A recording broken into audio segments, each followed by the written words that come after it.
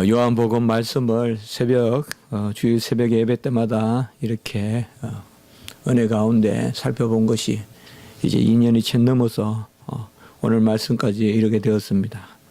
하나님의 은혜로 오늘 부활주일 이 아침에 꼭 이 말씀을 또 순서대로 지난 주간에 주님께서 장사되시고 오늘은 주님께서 부활하시는 이 말씀을 또 주님께서 은혜로 우리에게 주신 줄을 믿는 것입니다. 주님은 때마다 또 일마다 적절하게 섭리하시는데 그 주님의 섭리는 행하심의 섭리도 있지만 우리를 깨닫게 하시는, 알게 하시는 계시의 그런 비밀스러운 경륜이 있는 것입니다. 지난 한 주간 우리 모든 한국 사회가 정말 생각하기도 어려운 그러한 일로 인해서 마음에 그런 상처와 아픔이 있었습니다.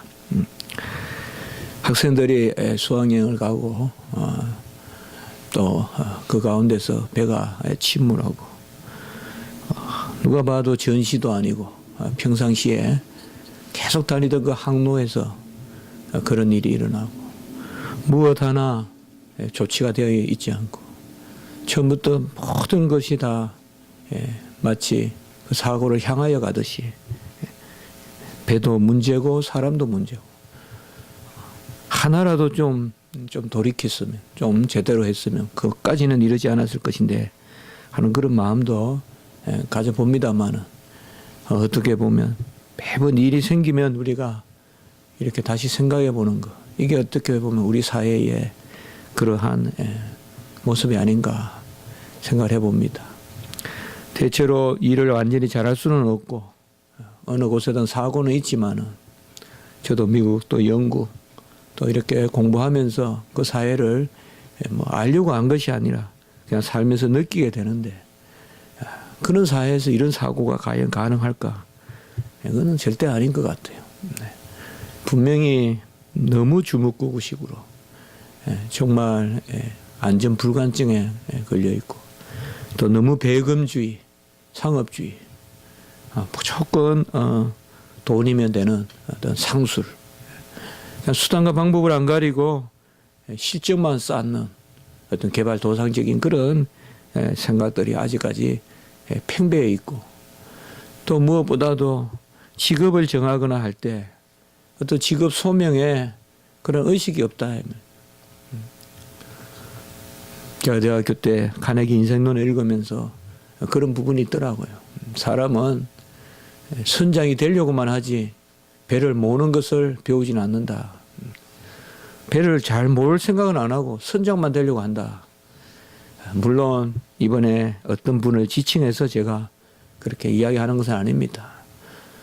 물론 그들이 위법하고 한 부분이 있더라도 그들도 사람이고 그 충격 가운데서 그렇게 헤어났는데 너무 지금 법의 잣들은 몰아세우면 그 사람들도 잘못하면 또 다른 또 죽음으로 내모는 거 아닌가. 산 사람을 또 어느 교관 선생님도 죽는 모습을 보고 이런 일주일간 우리는 어떻게 보면 전쟁에 포탄이 떨어지는 것보다 더 이해하기 어려운 그러한 일을 당하고 막막한 가운데 있었습니다. 그 부모님들의 마음이야 오죽하겠습니까?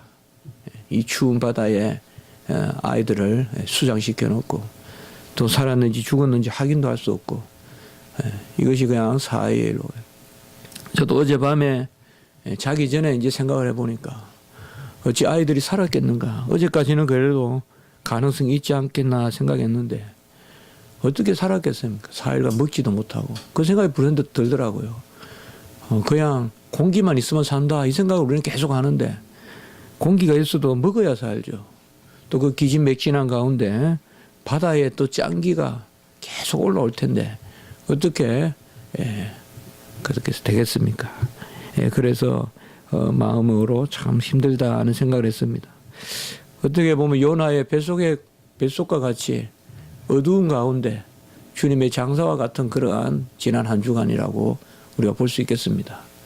그런데 오늘은 이제 부활의 날입니다.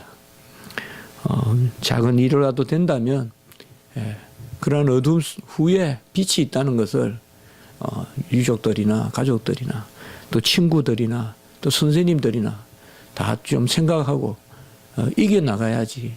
그것을 연약하게 너무 자책하면서 또 자기 자신의 생명을, 하나님 주신 생명을 스스로 끊고 하는 그러한 것을 우리가 보여서는 안 되겠습니다. 아무리 스승의 마음은 이해하지만은 이를 수습을 하는 마음으로 지금 그 아이들은 더 충격을 받았다고 생각하고 그렇게 이겨나가야지.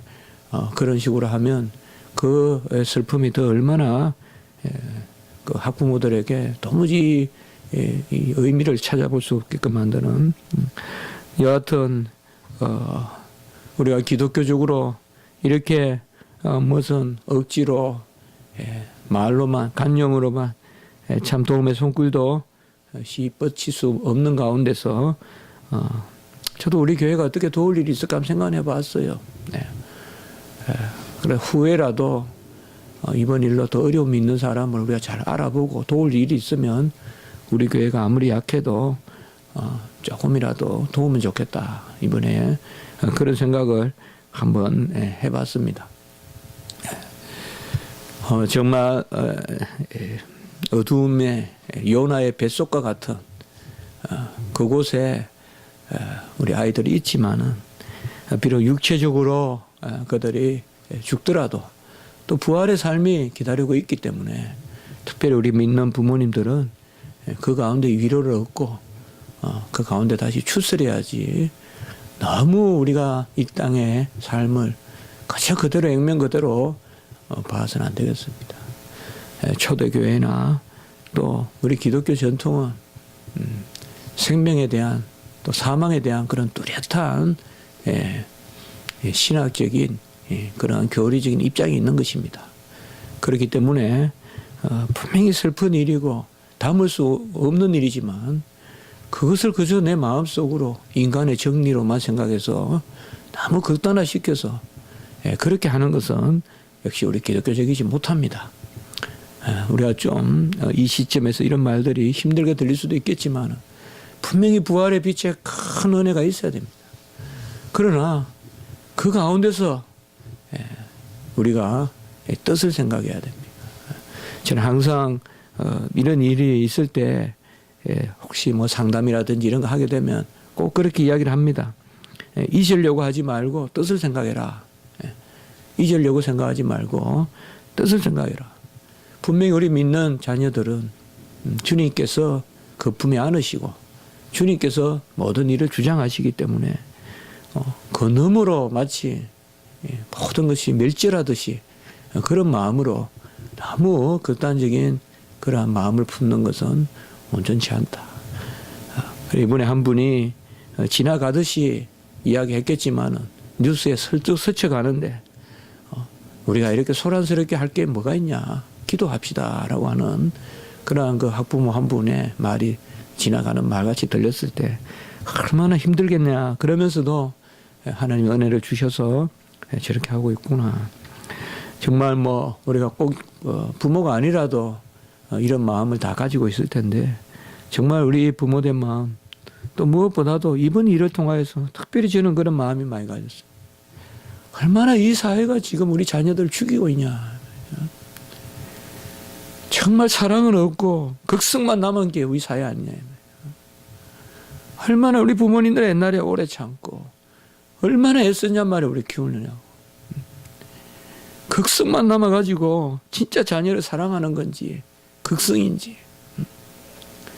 이것을 우리가 좀 생각해보고 정말 우리 기성세대들이 너무 자녀들을 정말 기계같이 정말 이게 하나님이 주신 백성같이 키우고 있는 건지 우리 일반 교육도 좀 생각해 봐야 되겠습니다. 정말 제가 여력이 있다면 일반 교육학 같은 것도 좀 생각해 보고 싶습니다. 이 사회의 철학이 온전한지 말이죠. 이 사회의 교육학이 온전한지. 그렇게 공부는 시키면서도 온갖 쇼 같은 데 자녀들을 다 내보내고 무슨 프로덕션이니 뭐니 하면서 10살, 11살 된 아이들을 모아놓고 종일 그냥 그런 것만 시키고 물론 공부도 한다고도 들었지만은 이런 것들이 이런 사회가 정말 우리 기성세대가 자녀들에게 너무하지 않나요? 선거도 해보면 마찬가지고 완전히 이것은 정치인들도 마찬가지고 책임지는 사람도 없고 정말 누구를 비판하는 마음이 아니라 제가 제 자신에게 돌을 던지는 마음에서 그렇게 한번 생각해 봅니다. 이 부활의 아침에 우리가 다시 생각할 것은 우리가 그래도 어떻게 스스로 강할 수 있겠습니까? 우리는 어둠에 속한 세상은 어둠에 속한 것이요. 주님의 빛이 없고서야 주님의 부활의 권능이 없고서야 어떻게 그 무덤이 주님의 죽음을 죽이는 권능이 없고서야 무덤이 쪼개지겠습니까? 어찌 땅이 갈라지겠습니까? 우리 주님께서 부활의 권능을 보이시기 때문에 이 땅에 새 생명이 도입되고 부활의 생명이 들어오고 우리도 영원히 부활을 누리는 그 삶 가운데 있는 것입니다. 어쨌든 이런 일을 당했을 때 우리가 금방 또 잊어버리지 말고 더욱 생명을 귀하게 여기고 자녀들이 공부 좀 못하면 어떻습니까? 좀 자녀들이 삐딱삐딱하게 그러면 어떻습니까? 살아있다는 것으로 감사하고 또 그런 원초적인 것을 좀 본질적인 것을 사랑하는 좀 그런 사회가 됐으면 좋겠어요. 제가 선진국에 가서 느낀 게 그거예요. 결코 현대적이지 않다는 거예요. 선진국은. 결코 현대적이지 않아요. 아이들 모습도 보면 현대적이지 않아요. 무슨 액세서리 이런 게 현대적이지 않아요. 옷 입는 것도 보면 다 보면 그저 어른들 하는 것 그러니까 뭔가 이렇게 보면 이 영국 같은 데도 보세요. 그 퀼트 같은 거 이런 거 그 고유한 전통 의상 이런 거 아이들이 입고 다니기도 하고 이런 모습들 보면 결코 선진국이라고 해서 막 그냥 시류를 쫓아가는 그런 건 아니거든요. 정말 우리 사회도 좀 뭔가 철학도 가지고 배를 하나 짓든 뭐를 하나 짓든 좀 오래 100년 200년 생각하면서 좀 이렇게 하고 그런 것들이 우리에게 필요하지 않은가. 어쨌든 우리가 우리 자신을 돌아보아 이런 말들을 하지만은 더욱 중요한 것은 우리는 스스로 어찌할 수 없다. 하나님이 잘 낳아주신 자녀들을 어른들이 망쳐야 되겠습니까? 하나님이 아주 잘 낳아준 자녀들을 어른들이 망쳐야 되겠어요.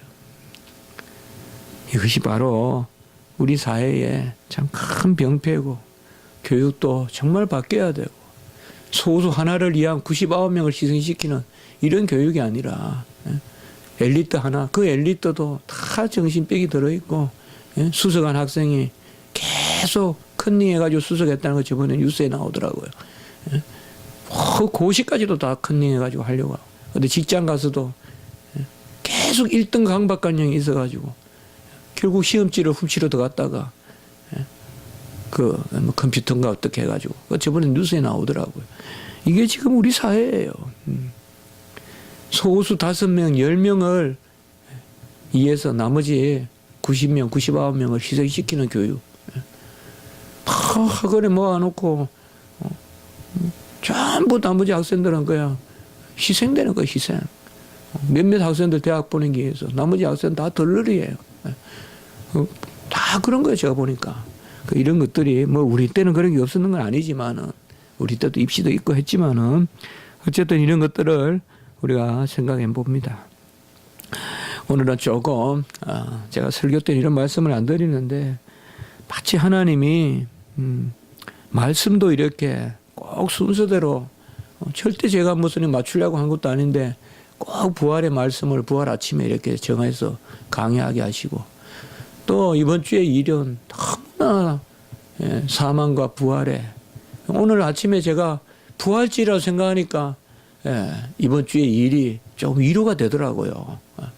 아주 어두움과 같은 그런 때에 있다가 정말 사망 가운데 있다가 오늘 하니까 조금 마음이 그러한 것이 있습니다. 어떻게 보면 이번 일도 주님께서 특별히 우리 기독교에 우리 믿는 자들에게 주시는 그러한 의미 있는 사건이 아닌가 이렇게 한번 생각해 보는 것입니다. 이 부활의 또 고난의 날에 이러한 일이 있다는 것이 그런 마음이 있어서 제가 한번 말씀을 드려보는 것입니다. 그리스도의 부활은 우리 믿음의 제1신조고 초대교회에서부터 몸이 다시 사는 것과 영원히 사는 것을 믿습니다. 이것은 아주 사도신경의 그러한 아름다운 그런 고백입니다. 우리 주님은 부활을 감추지 않았어요. 부활은 그저 일어났다라고 한 것이 아니에요. 그렇게만 하셔도 될 텐데 이 부활을 주님께서는 적극적으로 드러내셨어요. 부활하신 자신의 몸을 많은 사람들에게 보이셨어요. 게바에게, 12제자에게, 500형제에게, 우리가 고린도전서 15장에 보면 그 부활은 어떤 비밀스러운 그러한 일을 이루시고 내가 이렇게 됐다라고 하신 게 아니에요. 성취는 우리가 다 볼 수가 없어요. 믿지만은 또 분명히 말씀으로 계시하시지만 그러나 부활하신 우리 주님은 분명히 드러내셨어요. 몸을 드러내셨어요. 왜요? 그 부활하신 주님이 성천하시고 성천하는 주님이 보좌 우편에 앉으시고 그 보좌 우편에 앉으시는 주님이 이 땅에 오신다는 것.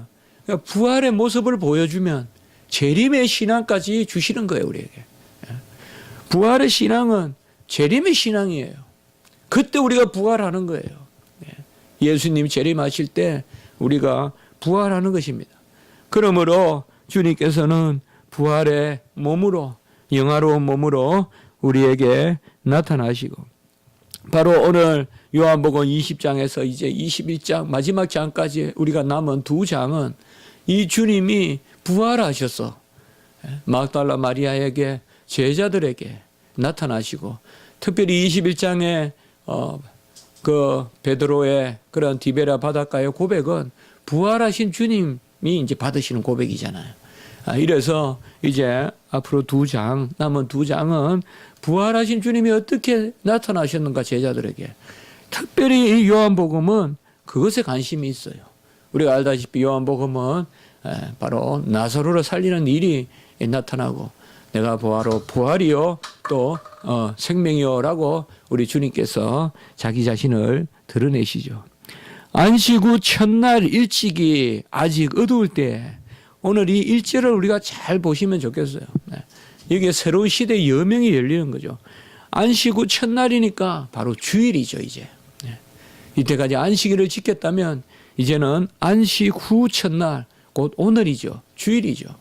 주일 일찍이 곧 이 시간에 되겠습니다. 새벽 일찍이 아직 어두울 때에 이것은 새로운 시대의 여명을 이야기한다고 볼 수가 있어요.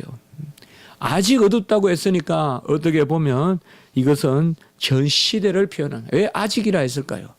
지금까지는 어둠에 있지만은 이제 이 새벽에 빛의 역사가 일어난다. 새로운 시대를 알리는 그러한 아주 경종과 같은 그러한 말씀입니다. 이 새로운 시대가 어떻게 시작되느냐? 서기관의 이름으로, 바리새인의 이름으로, 또 율법사의 이름으로, 교법사의 이름으로, 아니면 제자들의 이름이 아니라 한 여인의 이름으로 이 새로운 시대가 열립니다. 막달라 마리아. 우리가 사사시대가 아주 어두운 죽음의 시대라고 한다면 이제 사무엘의 시대가 이제 빛으로 열리지 않습니까? 이제 다윗의 그 지파가 이기는 그러한 구속사가 이제 새롭게 또 예언되는데 그때 보면 한나의 이야기가 나오죠. 한나의 이야기. 어떻게 보면 가장 미천하다고도 여겨질 수 있고 우리가 이 막달라 마리아는 구체적으로 우리가 알 수가 없지만은 뭐 막달라 마리아에 대해서 여러 가지 또 연극도 만들고 하는 그런 것도 있지만은 사실상 막달라 마리아에 대해서는 분명한 것은 바로 7 귀신이 물려간 그 여인이죠. 그럼 막달라라는 것은 그 디베라 호수, 갈릴리 바다의 갈릴리 호수의 북쪽으로 그렇게 있는 곳입니다. 그래서 이 막달라 마리아는 다른 여인들과 함께 제자들을 도왔어요. 그리고 방방곡곡 다닐 때 주님을 따라다니면서 도왔어요.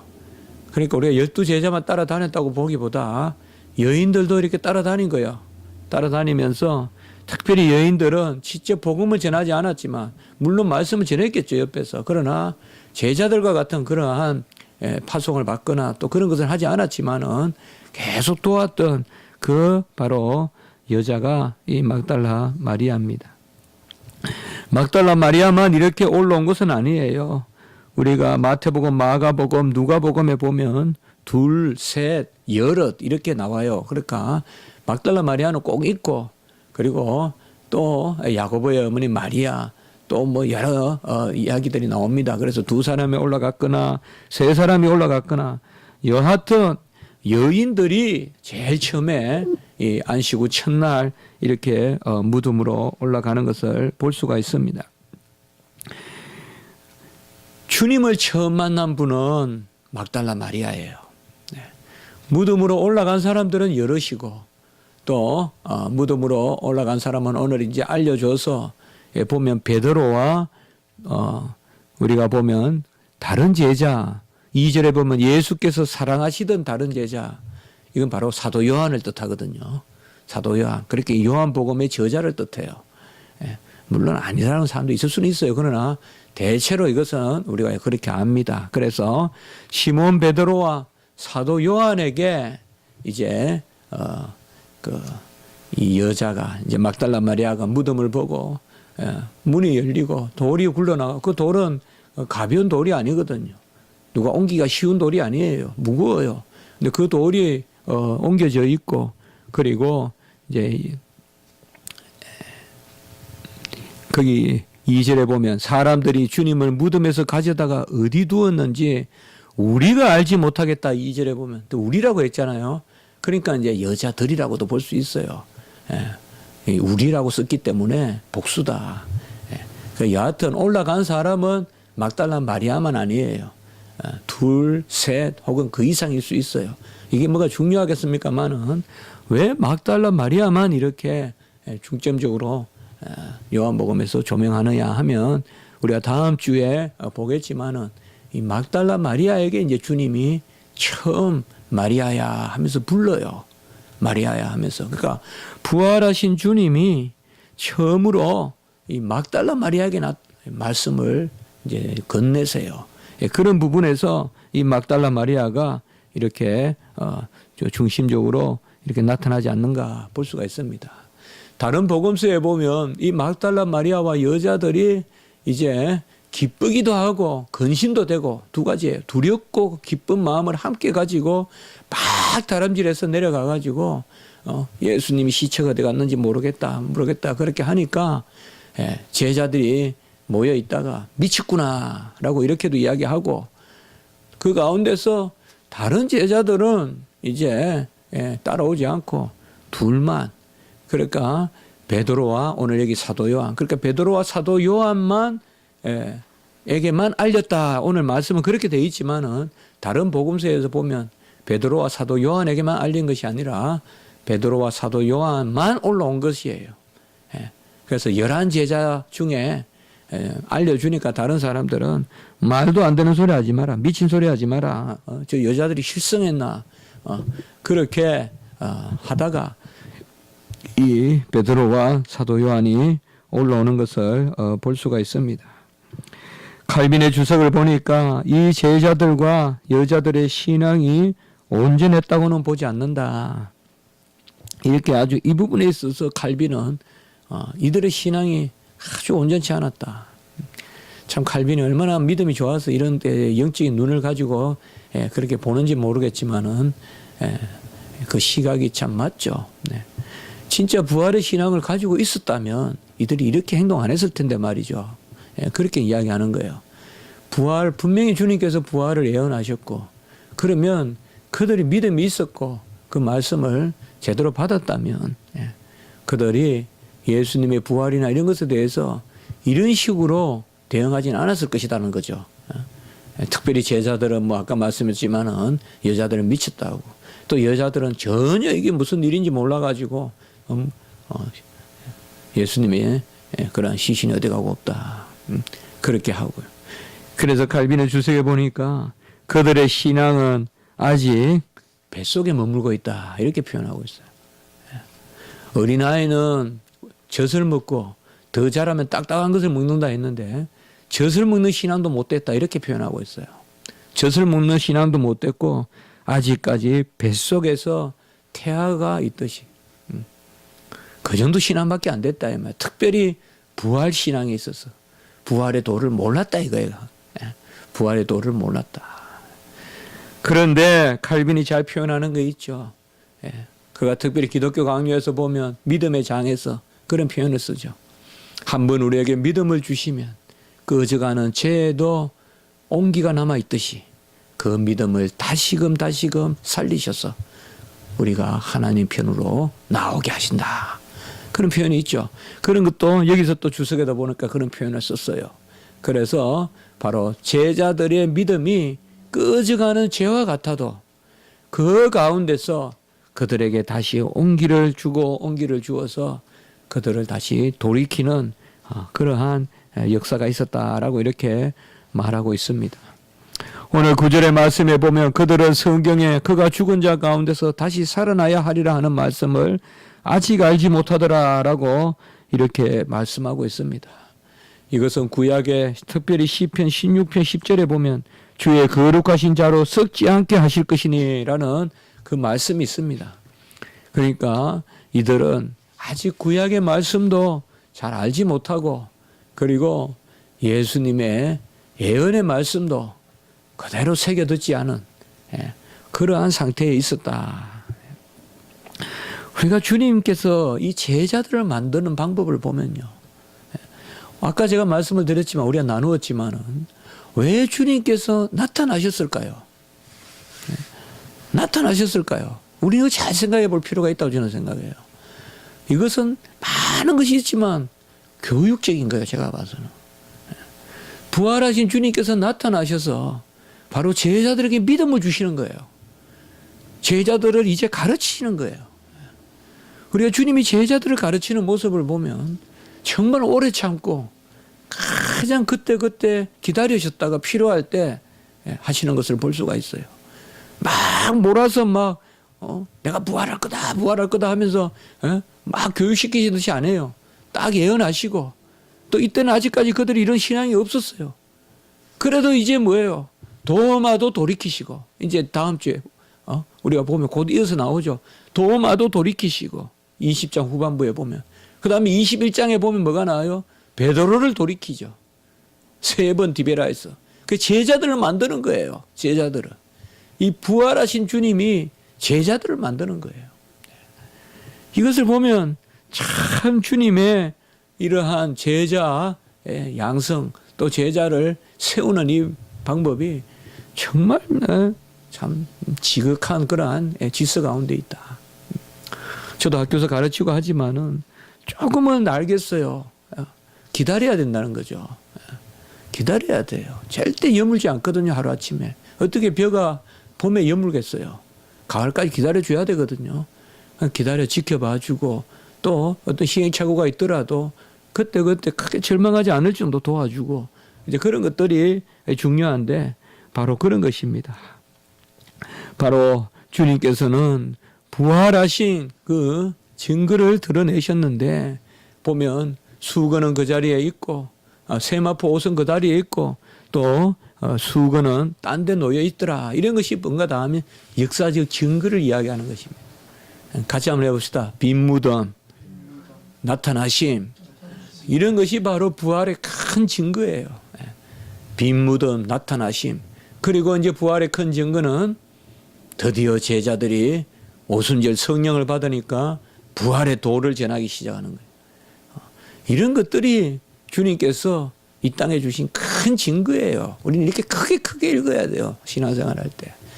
바로 빈 무덤을 통하여 또 주님께서 세마포 옷은 그대로 있는데 수건은 딴 데 개켜져 있고 그리고 무엇보다도 제자들에게 나타나시고 만삭하지 못한 바 된 바울과 같은 그 바울에게 마지막 나타나시고 이런 것들 무엇보다 초대교회에 사실 초대교회 성도들은 입만 열면 부활을 전했어요. 부활의 도를 전했어요. 그러니까 핍박받는 거예요. 왜요? 당대의 철학은 부활을 업신여기거든요. 영육, 이언론이 있어서 영혼은 고급스럽고 육체는 저급하다는 헬라 철학이 있었기 때문에 왜 저급한 부활을 하냐 이 말이죠. 육체로 다시.